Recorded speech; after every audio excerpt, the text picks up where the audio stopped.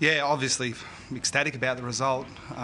Aware that we've got a lot of work to do this week to make sure we're as good as we can possibly be.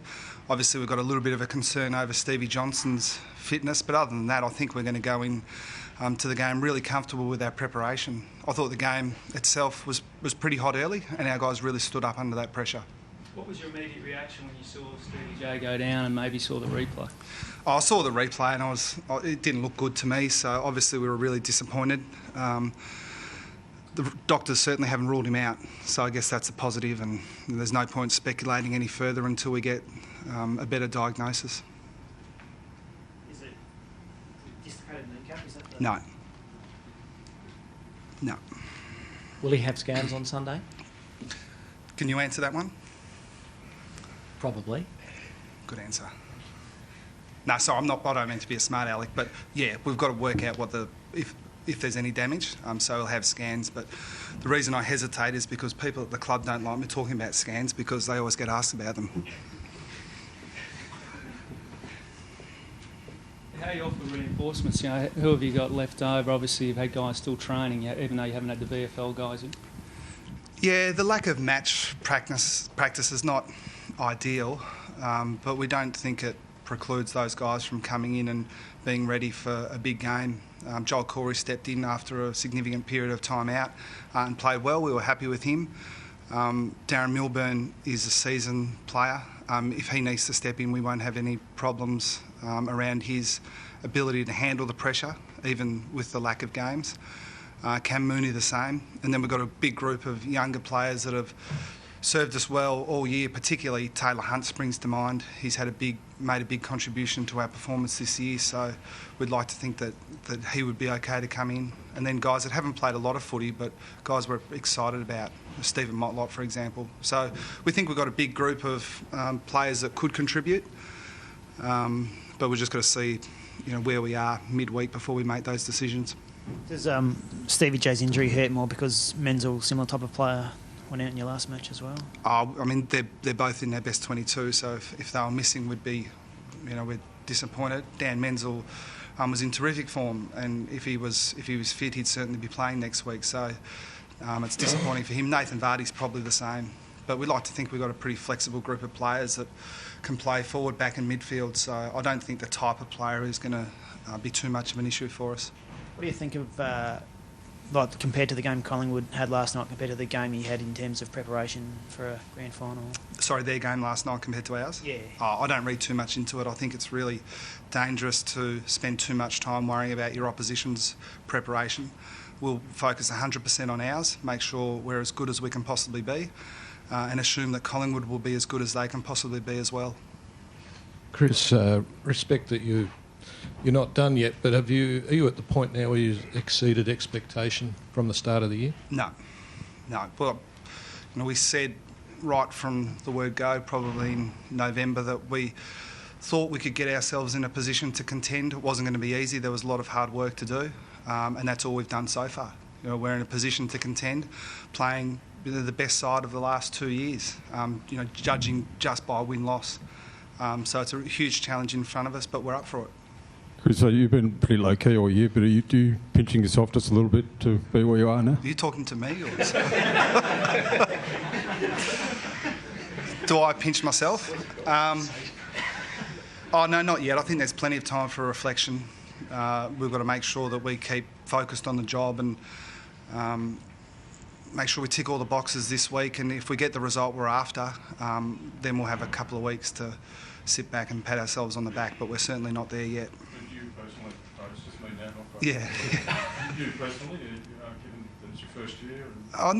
Not really. I mean, I can understand why you'd ask the question, but footy's a pretty relentless business, and as soon as I get home tonight, we'll be into next week and focusing on that. So, look, to state the obvious, I feel incredibly fortunate and humbled to be a part of the Geelong Footy Club. Are those wins you've had over Collingwood earlier this year, what do they count for? I think the first one, probably not much, so long ago. And then the second one, probably not much either, because there was virtually nothing riding on it for either side.